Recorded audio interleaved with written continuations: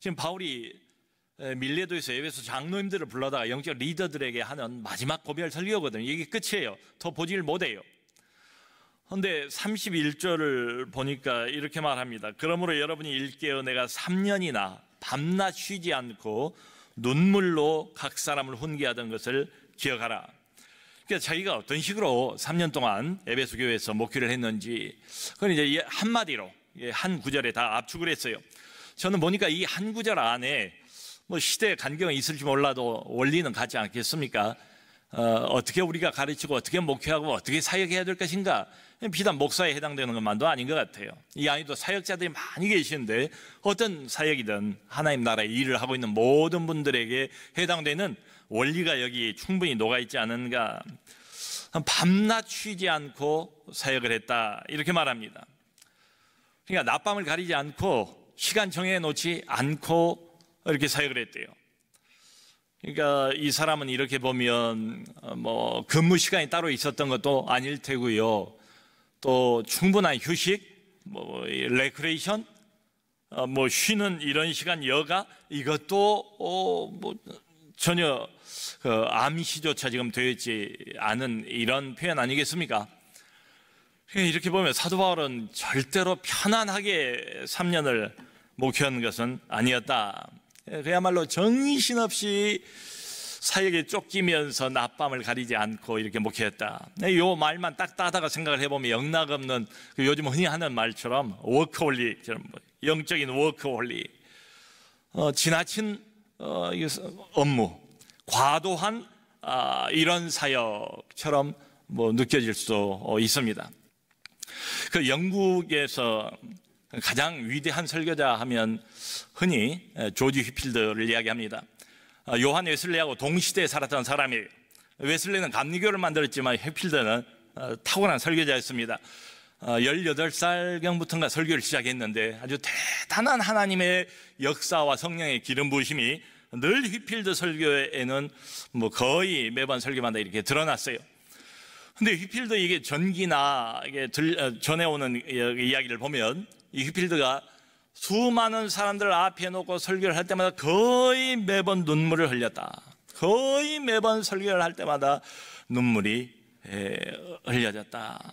여러분, 일부러 꾸며가지고 매번 이렇게 눈물을 흘리면서 설교할 수 있겠습니까? 이렇게 될 수 있는 이유가 뭘까요? 이 사람은 왜 매번 설교할 때마다 눈물을 흘릴까요?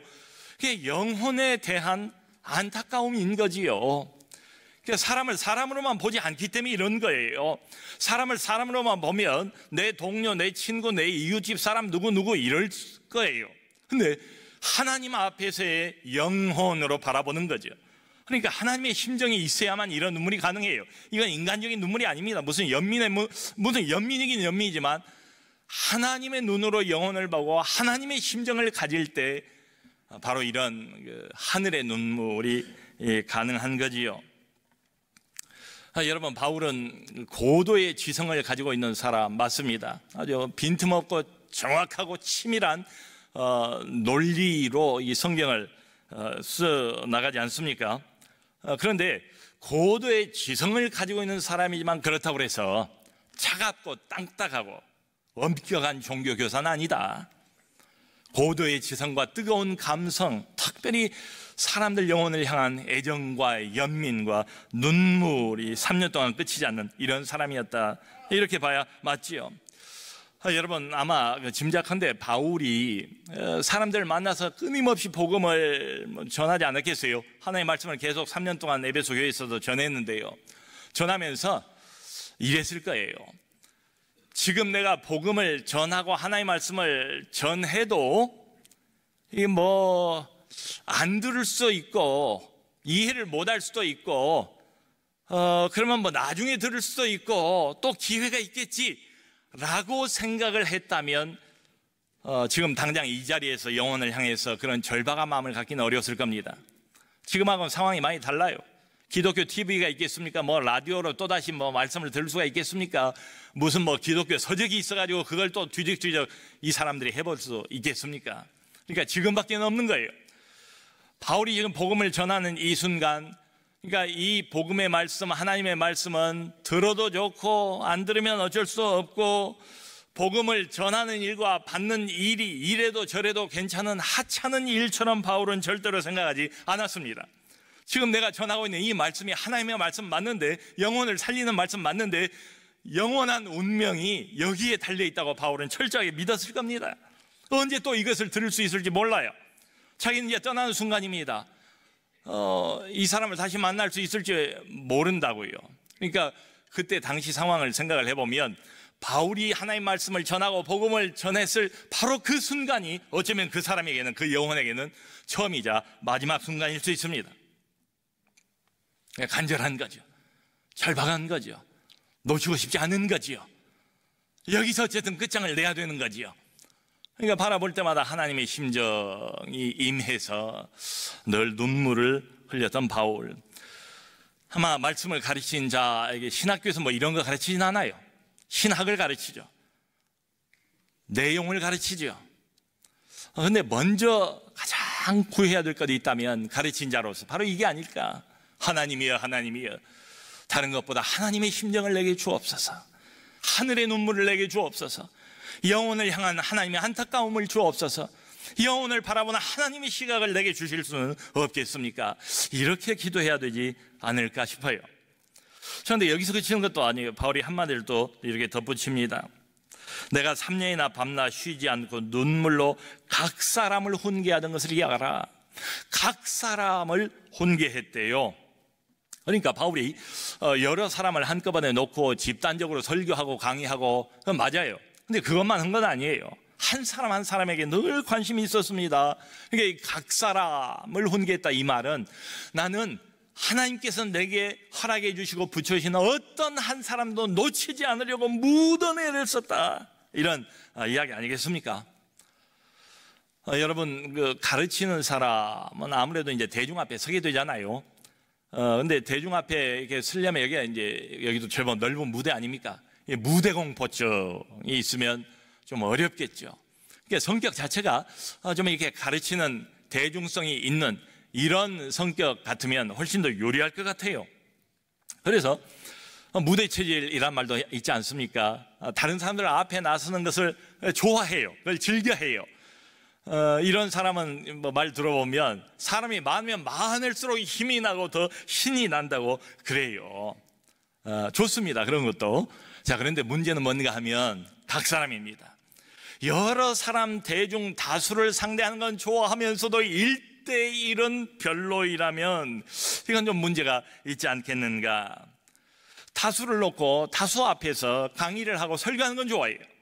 근데 설교하는 건 좋아하는데 한 사람의 영혼을 좋아하지는 않는다면 이게 문제가 있지 않는가. 여러 사람, 100사람, 1000사람을 놓고 내가 1시간을 이렇게 강의를 하고 하나님의 말씀을 전하는 것은 얼마나 효과적입니까? 근데 한 사람에게 내가 1시간, 2시간, 3시간을 쏟아붓는 것은 이건 너무 비효과적인 이 투자 아닌가, 이런 생각이 있다면 이게 어떻게 될까? 다수를 놓고 하는 사역은 좋아해요.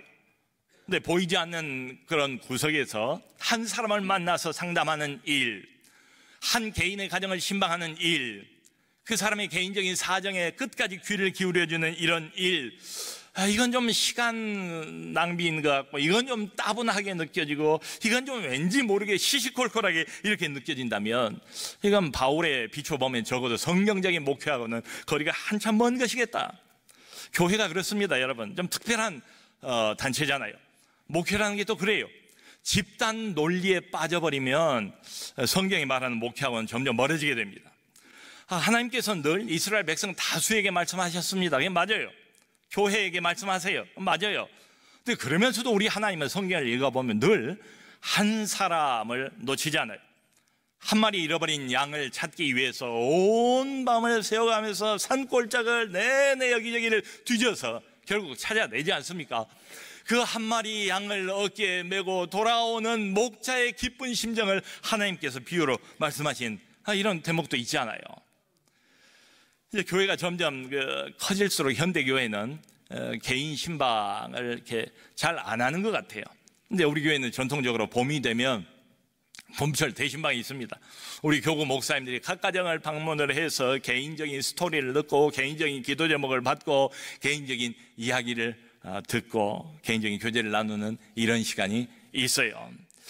바울은 각 사람 한 사람 한 사람을 어쨌든 한 영혼도 놓치지 않으려고 애를 썼다.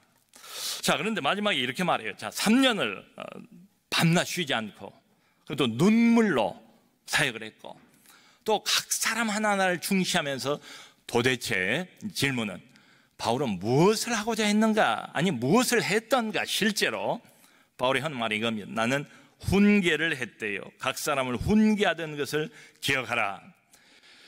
이 훈계라는 말이 우리 한글 뉘앙스는 뭐 상당히 이렇게 좀 부드럽습니다만은 원래 그 헬라어 원문의 뉘앙스는 훈계가 아니고 경고입니다. 나는 3년을 여러분들에게 계속 경고했습니다. 경고하다, 강력하게 충고하다 라는 뜻이에요. 여러분 이게 긍정적인 단어가 아니잖아요. 얼마나 부정적인 단어입니까? 이게 좋은 이야기만 하는 게 아니잖아요. 계속해서 3년을 경고만 했으니까, 강력하게 충고만 했으니까 이게 지금 칭찬만 하고 있는 게 아니지 않습니까? 그 반대 아닙니까? 매우 들으면 좀 이렇게 부담이 되는 이야기, 절대로 편안하게 들을 수 없는 이런 이야기, 경고니까요. 강력한 충고니까 들으면 그냥 몸이 움찔움찔거리는 이런 이야기를 바울은 계속해서 했다. 그걸 기억해라.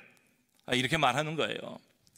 그래서 왜 바울은 좋은 이야기, 칭찬하는 이야기 이런 건 이런 반구 언급이 없고 훈계, 부정적인 이런 이야기만 했을까?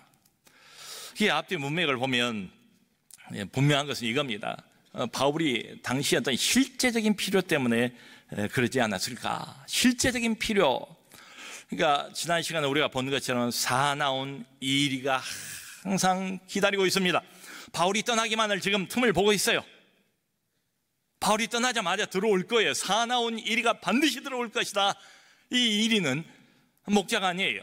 목자를 가정한 사꾼이지요. 이 이리는 양을 노략질하기 위해서 들어오는 겁니다.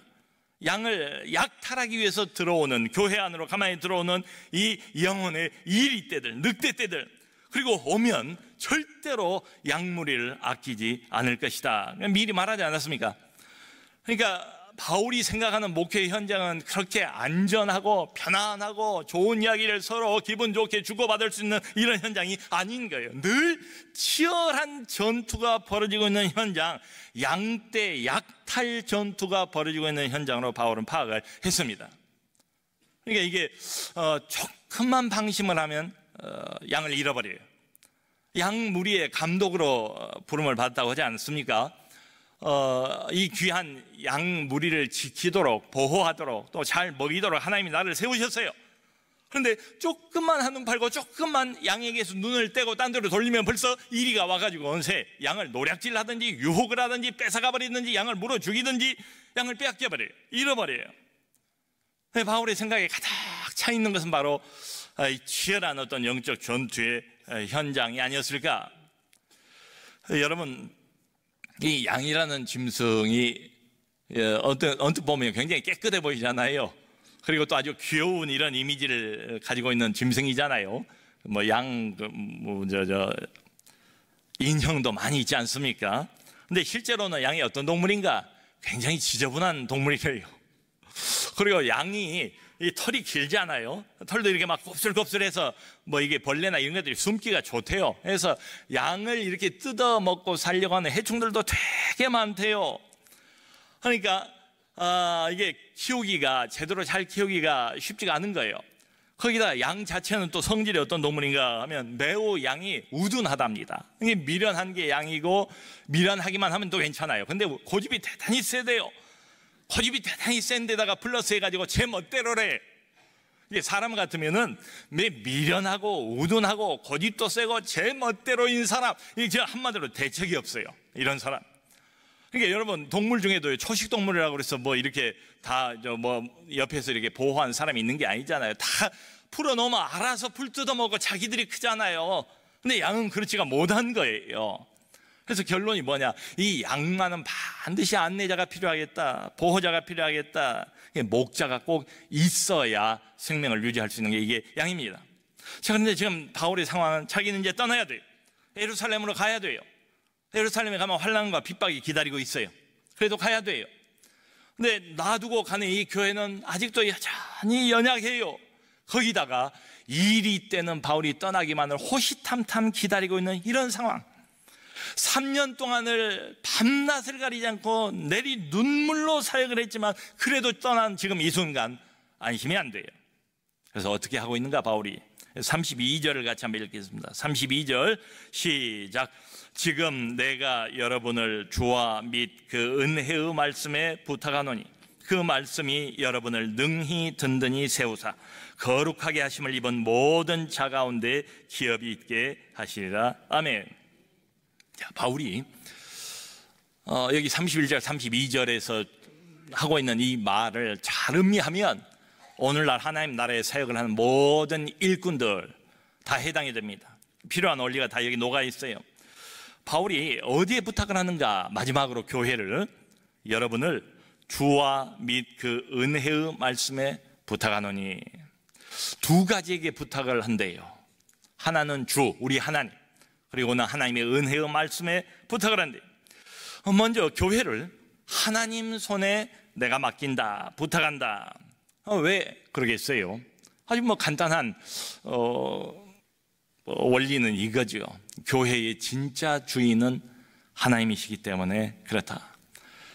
양무리의 진정한 감도, 하나님이 피로 갖추고 사신 이 귀한 특별한 공동체, 이 거룩한 공동체의 유일한 목자가 있다면 그건 사람이 아니에요. 여러분, 목사는 교회 주인이 아닙니다. 장로도 교회 주인이 아닙니다. 어느 누구 어떤 사람도 교회 주인은 없어요. 우리 가운데는 없어요. 이 양무리의 주인은 바로 하나님 자신이십니다. 주인이 내가 아니, 아무리 탁월한 리더, 존경받는 리더를 할지라도 사람은 양무리의 주인이 될 수가 없습니다. 항상 하나님 자신이에요. 하나님이 23년 전에 이 장소에 남선 은혜교회를 세웠어요. 그분이 여기까지 인도해 왔어요. 우리 교회의 유일한 주인이 있다면 사람이 아니, 바로 하나님 자신이다. 여러분, 근데 이 말이 참 실제가 되었으면 좋겠고요. 그럼 교회가 달라질 겁니다. 그리고 이 말이야말로 모든 하나님의 사역을 하고 있는 영적 리더들에게 가장 안심이 되는 말이라고 생각이 돼요. 한번 가정을 해봅시다. 이 남솔 은혜 교회가 내 손에 맡겨져 있다, 내 양 어깨에 달려있다. 지금 여기도 하나님의 사역을 하는 많은 분들이 계시잖아요. 내가 맡고 있는 어떤 작은 부서 좋습니다. 어떤 봉사부서 좋습니다. 몇 명의 영혼들 좋습니다. 어떤 위원회 좋습니다. 이 일이 내 손에 달려있다, 내 역량에 달려있다, 그리고 내 어깨에 이게 좌지우지가 된다. 이렇게 만일에 생각을 한다면 얼마나 부담이 되겠습니까? 얼마나 스트레스를 받을까요? 여러분, 이게 하나님의 일인데 내가 하기 나름이래요. 근데 이게 안 되면 얼마나 큰 낙심이 되겠어요? 얼마나 큰 좌절이 오겠어요? 또 반대로 내 하기 나름인데 이게 잘 됐어요. 잘 되면 또 얼마나 어깨를 펴고 뻐기겠습니까? 얼마나 교만해지겠습니까? 왜요? 내 역량이니까, 내 소관이니까. 네, 그게 아니다. 바울은 나는 이 교회를 여러분들까지도 하나님에게 맡긴다. 교회의 주인 되신 그분에게 맡긴다. 제가 아마 그래서 그런 기도를 종종 하는 것 같아요. 우리 당회에서 이렇게 모여가지고 기도를 할 때도 이런 말을 많이 해왔습니다. 우리 교회의 실제적인 운영권자는 하나님이십니다. 우리 교회의 최종적인 결정권자는 하나님이십니다. 이제 그런 기도를 종종 해온 것 같아요. 여러분, 그래요. 하나님이 사람을 사용하십니다.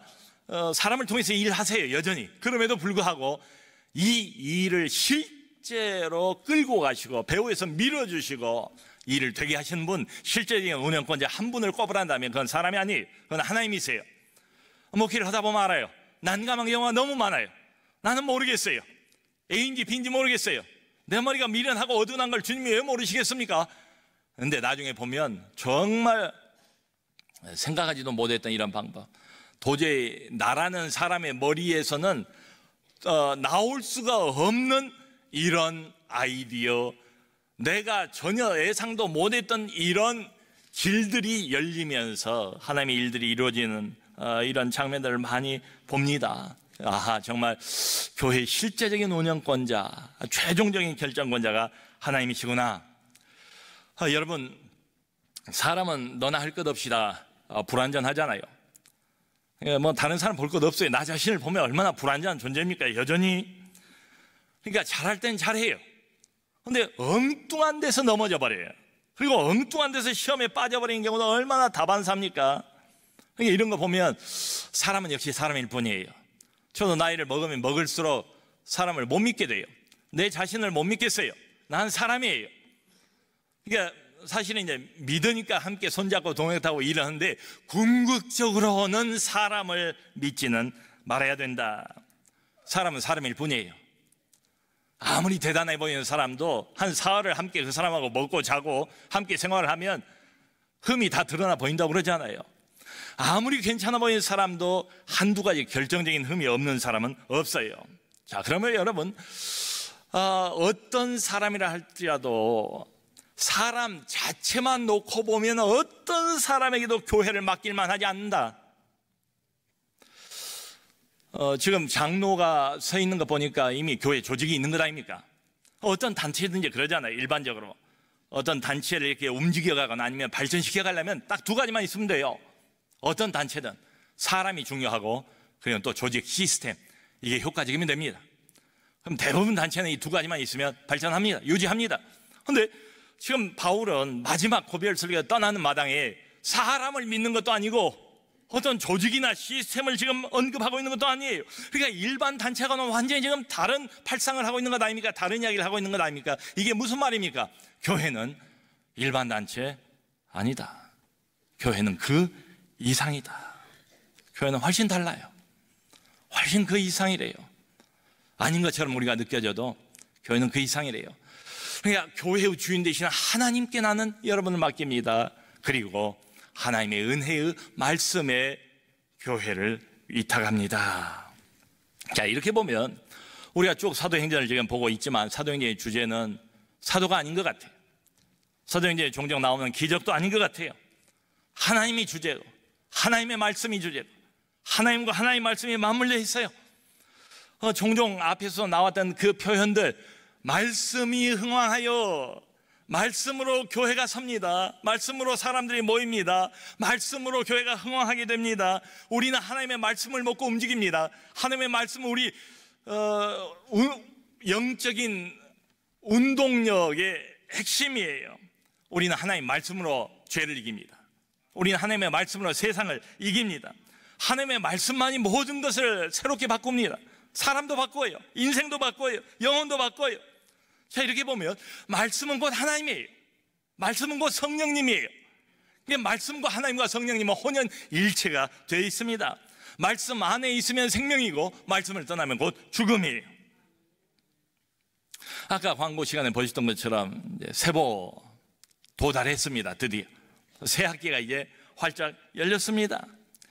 겨울 동안에 멀어져 있던 하나님 말씀, 세봄에 좀 가까워졌으면 좋겠어요. 큐티를 통해서, 목장 모임을 통해서, 각종 성경 공부를 통해서 멀어졌던 하나님의 말씀과 다시 이 세봄에 가까워진 여러분 꼭 되시기를 바랍니다. 어제 밤에 아마 온 국민이 기분이 좋았을 것 같아요. 이승훈 선수 금메달 때문에 저도 그걸 봤습니다. 뭐라고 그러죠? 메스 스타트라는 아주 귀에 생소한 이런 종목이에요. 이번 올림픽에서 처음으로 올림픽 정식 종목으로 채택이 됐대요. 참 여러 가지 면으로 국민들의 호감을 사는 선수인 것 같아요. 지금 남자 추월팀에서도 아주 대단한 활약을 하지 않았습니까? 이 이승훈 선수의 장기가 뭔가 하면 막판 뒷심이래요. 막판 스포트. 이 빙상 경기에서 0점 몇 초 가지고 다 이게 판결이 나고 이런 장면을 많이 봤잖아요. 이게 16바퀴를 돌아야 되는데 처음에는 맨 이 뒤에 한 3번 정도 이렇게 해서 한참을 이렇게 돌아요. 그 젊은 우리 선수가 정재원인가요? 젊은 선수가 앞에서 이렇게 끌어가고 말이죠. 그래서 아이고 이게 실력이 있다는 건 알지만 저렇게 한참 동안을 맨 뒤에서 이렇게 쳐져서 이렇게 도는 모습을 보고 이게 어떻게 될까 좀 조마조마한 마음으로 보신 분들이 많을 겁니다. 근데 아닌 게 아니라 한 두세 바퀴 남겨놓고 난 다음에 막 전속력으로 질주를 하고 막판 스퍼트입니다. 마지막 뒷심입니다. 그래서 금메달을 목에 걸었어요. 여러분, 우리 신앙생활의 마지막 뒷심, 그게 바로 하나님의 말씀입니다.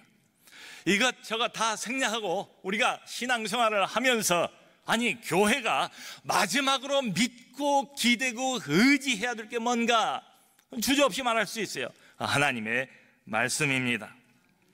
모쪼록 생명의 계절, 모든 생명들이 다시 살아나는 이 생명의 계절에 생명의 말씀으로 충만해지시는 우리 모두가 될 수 있기를 주님의 이름으로 축원합니다.